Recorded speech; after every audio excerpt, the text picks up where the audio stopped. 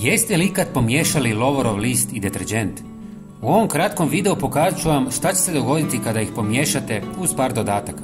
Rezultat će vas iznenaditi, stoga ostanite do kraja videa.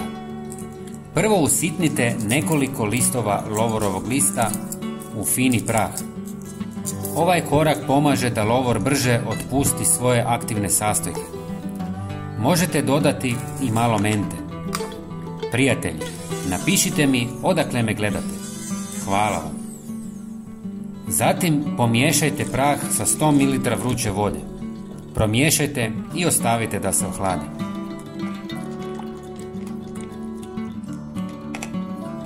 Procijedite tekućinu kroz gazu kako biste dobili čisti koncentrat. U drugoj posudi pomiješajte 100 ml deterdženta, 100 ml limunovog soka ili octa,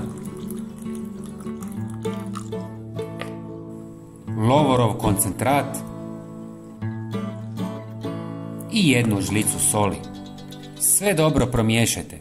Sada ste napravili vrhunsko poboljšano sredstvo za čišćenje. Ovi sastojci čine izvrsnu kombinaciju za čišćenje jer prirodno uklanjaju prljavštinu, bakterije i neugodne mirise. Lovor djeluje antibakterijski, sol uklanja tvrdokorne mrlje, a oca dezinficira i razgrađuje kamenac.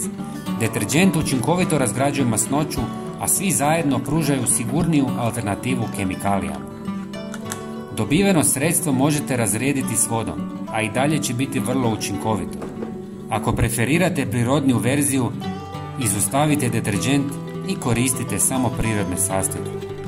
Ovo sredstvo čisti slavine, umivaonike, toalet i posuđe.